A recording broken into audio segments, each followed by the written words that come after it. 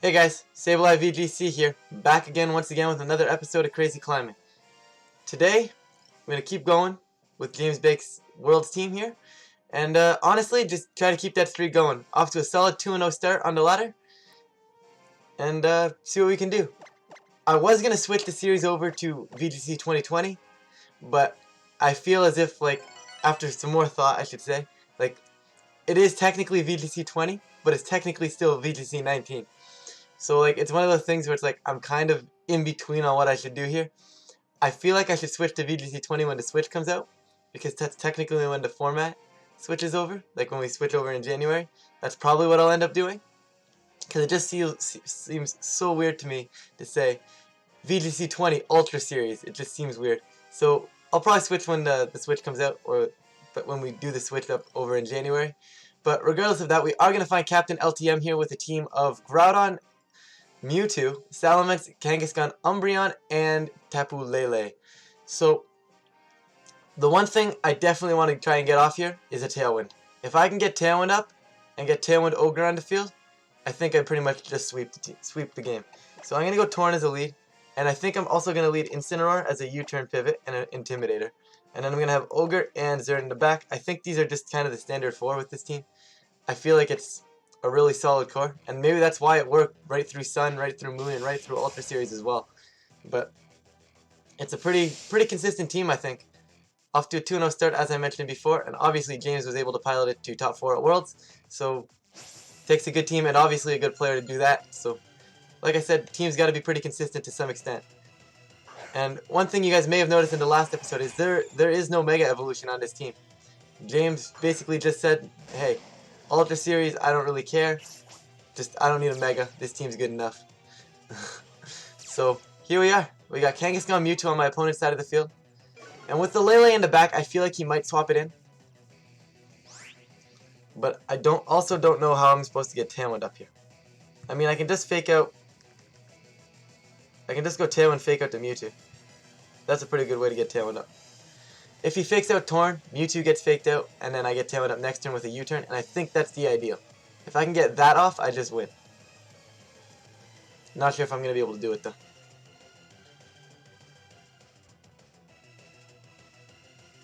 He's going to swap out Mewtwo, so that's going to be the Lele. Yep, that's still fine. As long as Kang fakes out, we're fine. As long as Kangaskhan clicks fake out, we're fine. Because he can't get Tailwind up. He has no speed control, right? So the ideal is that he fakes out, but I also don't want to lose Torn next turn, which is a bit of an issue, because Torn probably dies to a double up from the Lele into Kang. Kang does go for the fake out, does go into the Torn as planned, or as expected I should say, and fake out's going to go into this Lele slot and obviously do nothing. Okay, so I definitely want to get Tailwind up as I mentioned. Just the issue is now I don't want to lose Torn, because if I lose Torn, bringing Ogre in doesn't really do me as much good. I'll U-turn. Definitely going to U-turn off the Kang. Just because I feel like there's a chance Kang swaps out at -1 here. There's also a chance that, well, I also know that Lele dies to the Water Spout, and there's a chance that Kangaskhan might not die to the Water Spout. So a little bit of chip damage could help. Torn is going to get that Tailwind off, and I'm probably just going to get doubled into here with a Psychic and a Double Edge, I would imagine. Oh, a Magic Room. Okay. So can Tornadus live the Double Edge at -1? Yeah, if Tornadus lives this, I just win the game. And it looks like I'm going to. Alright, Torn putting in the finest of work. Could have U-turned that Lele. I guess I could have U-turned that Lele. Looking back at it, because if he does go for Double Edge, he is going to get chipped into Spout range. But that's alright. Ogre is definitely going to come in. Roleplay Water Spout time. If he swaps in Groudon, it'll be very similar to the first game where I just kill it. If he doesn't swap in Groudon, I just kill both these knockouts anyways. The only issue is, like I was mentioning in the last episode, if he doesn't swap in Groudon here, I'm forced to swap out and preserve my positioning. But that's fine because I get 2 knockouts. I can't be priority, so I'm not have to worry about Sucker Punch. And if he Sucker Punches, it doesn't stop the roll. It doesn't hit me because of the roleplay, and it definitely won't hit my Kyogre because of the terrain. So just roleplay Water Spout. Hopefully catch the Groudon on the switching. If I don't, it's not the end of the world. I also have a Tailwind up, so positioning shouldn't be too hard for the rest of this game. He does swap out Kang. Is it going to be the Ground? It is indeed going to be that Groudon, so I should be getting 2 knockouts here. And then from here, this game is just going to be over. Well, we're going to see him go for the Primal Reversion. Won't be on the field for very long. I think the animation is probably going to be longer than the how long this Groudon is actually on the field for. But I'm not timing that. So we're going to see the roleplay come out immediately. As we discovered last episode, we can roleplay in Psychic Terrain. Which is very good to know. I didn't, honestly, wouldn't have guessed that. Like, it's so weird to me to use priority moves in Psychic Terrain. So, like, I guess over the years you just get programmed. You can't use a priority move in Psychic Terrain. You can't use a priority move in Psychic Terrain. But now, apparently on yourself, you can. Okay, very happy that Lele died, so that U-turn misplay didn't cost me there. But both of them going down here. He's got a Mewtwo and a Kangaskhan left. He can't fake out Kyogre, so I'm just going to click another Water Spout. The one thing I could do, and I actually might do, is swap out Tornadus here. I feel like if I want to swap Torn, I can actually get away with that, because he's going to fake it out, so Kangaskhan at least gets damage off. But by swapping Torn, I can preserve it for an endgame, where just in case, by some random reason, I need to get Tailwind back up. So just off chance, I'll go for this, because if he gets like a couple double protects, you never know. So I feel like saving Torn here with the Tailwind in the back is a better option. And I don't really need Instant anyways, because it's in the rain for most of it. And we're just going to launch a Water Spout here. Mewtwo probably protects, and Kang probably goes Fake Out. That would be my guess. Fake Out into Torn, which obviously won't hit the Instant because of the Psychic Terrain. Kangaskhan goes Fake Out, Incinerate surrounds itself with Psychic Terrain, and Kyogre clicks Water Spout. So no protect from that Mewtwo. Does Mewtwo live this? Nope. Mewtwo does not live this, and Kyogre just going to be dominant once again. Like, to me, Kyogre is such a strong Pokemon. Like, the Water Spout is so powerful. Like even a Switch-In takes a lot from it. Like, you'd think Amoonguss wants to take that, it's still doing like 40%. Like, and that, to me, that's just crazy. The amount of power Kyogre can dish out that fast. To me, it's better than Groudon, because Groudon comes in and you get intimidated, and all of a sudden your big damage output move is kind of down, right? Kind of shut down a little, not doing nearly as much. Kyogre can't get intimidated. Obviously, Snarl's a thing, but they can't switch in a Snarl user and get the Snarl off, right? Like, they have to actually have the Snarl user on the field and be faster than Kyogre. But yeah, I guess it's give or take, right? Like, you could also make a case for Groudon where you're like, okay, Groudon, even if he swaps in Kyogre, I can still use my Precipice Blades, alright?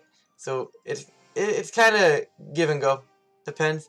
Having the roleplay though is really nice, because as you see there, he can swap in Groudon all he wants, he'll just die. So definitely a good team. Definitely, I gotta slow down. I should slow down. I speak too fast. Definitely a very, very cool option to have the roleplay on the Tornadus there. And we're just going to wait and see what we can get here. I remember back in Sun Series, roleplay wasn't very common on Tornadus, because you could still Water Spout if the Groudon switched in, right? And it would still do a very good chunk of damage. So, but now that Groudon completely shuts down to water, you definitely want to have the roleplay. I think it's a must-have move if you're going to run Torn Ogre. Must-have. And we are going to find Ollie from the US with a rating of 1475 to end off this episode. Let's see what we get. Alright, so we're going to find Zerndon, Umbreon, Tapu Fini, Amoonguss, and Incineroar. So, to me, this is very, very interesting. I don't really know what I'm supposed to do here. Obviously, I think I just go Instant Torn again, right? Like, is Instant Torn the lead? Like, I don't know what he does. Like, if he leads Zern, I get the taunt off. If he leads Amoonguss, I kill the thing. So, I think I just do the exact same thing I've been doing. I could make a case for the Kartana. I don't think it's worth it though, because just because of that Groudon there, I'd rather have Xerneas, because Xerneas can kind of have a chance against the Groudon at 1v1. Kartana just dies. So, we'll see what we get here. And yeah, Instant Torn is going to come out once again for us. And I have no clue what my opponent wants to lead. Maybe Amoonguss Zern, but I don't know how that beats Torn. Umbreon Fini. He's mixing it up. Oh, Shiny Umbreon. That is definitely the best shiny evolution. You can argue that in the comments down below, but you can't change my mind. Shiny Umbreon is the best shiny evolution. That's the end of the statement. There's nothing better than shiny Umbreon. Either way, I definitely think I could fake out here. Fake out is an option. Could Tailwind. I kind of want to just U-turn Tailwind though. But the issue with that is Tapu Fini's here. What I think I'm going to do is I'm going to fake out. And I'm going to go for the Blind Hurricane. Is that worth it? Yeah, I think that's worth it. We'll go for the Blind Hurricane. Instin's going for fake out. Very risky on my end. I actually hit the Blind Hurricane, so very happy that I hit it. Finny's gonna take it. Finny's gonna drop an Icy Wind. That's fine. Could go for the Tailwind here.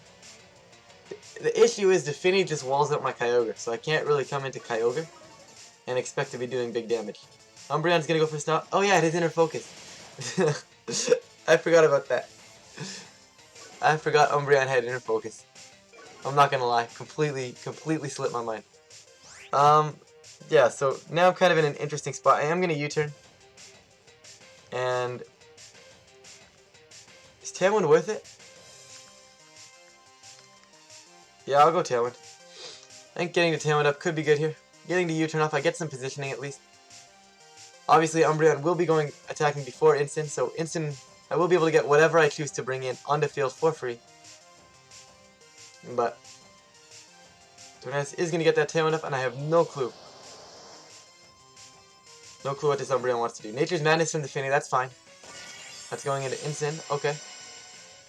Umbreon just goes for another Snarl, I'd imagine. Oh, foul play.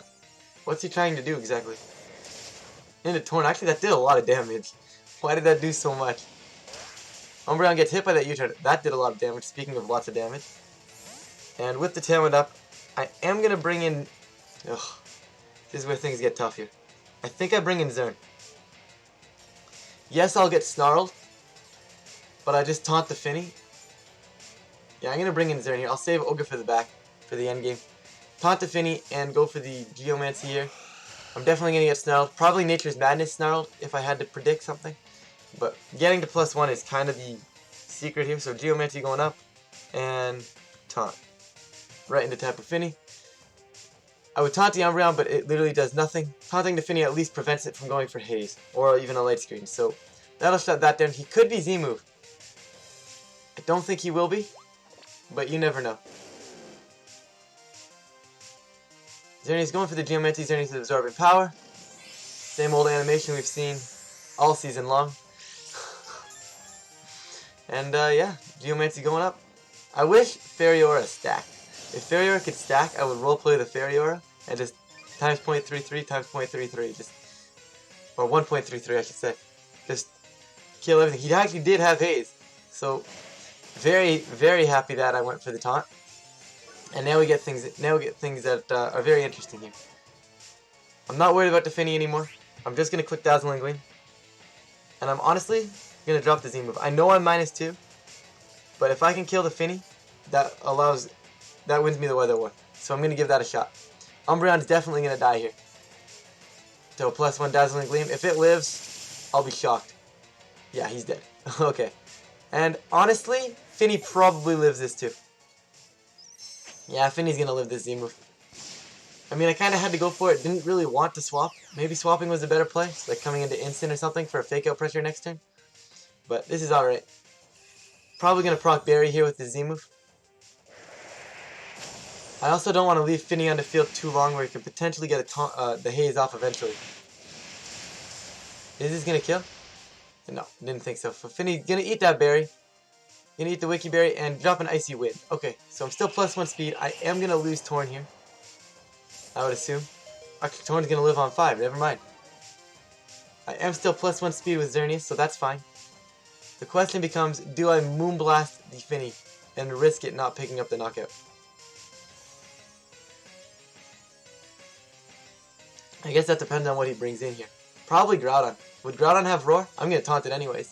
But yeah, Groudon's coming in. I am just going to taunt it just in case he has Roar. And I think I Moonblast Finny. Because if I can get that knockout, like I said before, I'll win the Weather War. So I'm going to go with the Moonblast into Finny, see if I can get the knockout. And I'm simply just going to taunt this Groudon. Prevent Roar. It's all about keeping Xerneas on the field at this point, and that's going to be the win con here.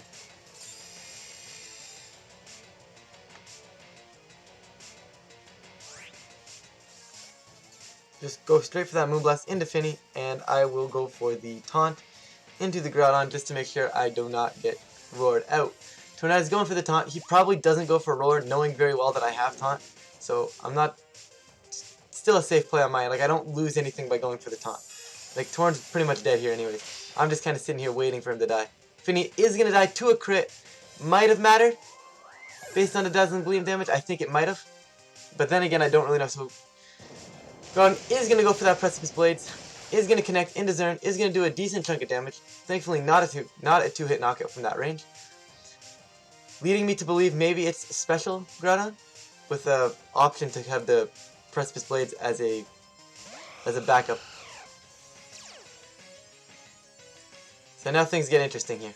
I definitely want to taunt the Xerneas, but can I get Tailwind back up? I could get Tailwind back up as well.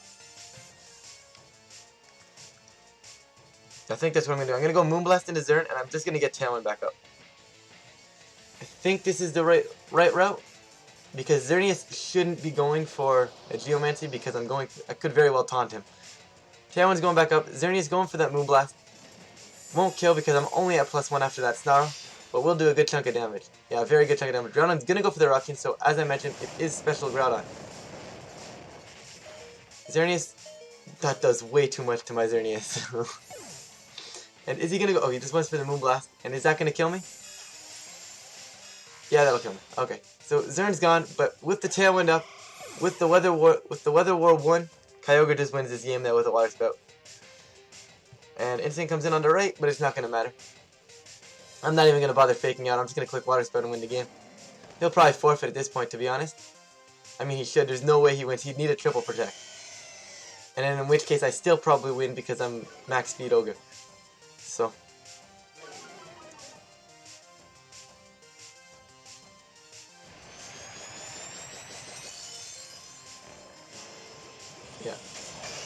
Yeah, I definitely think this one's over here. Just click Water Spout and move on. I think is the right play. I don't see a way how he wins this. Like I said, triple protect, but even then, I still probably win. Like a double triple protect. Like both of his Pokemon would need to triple protect here.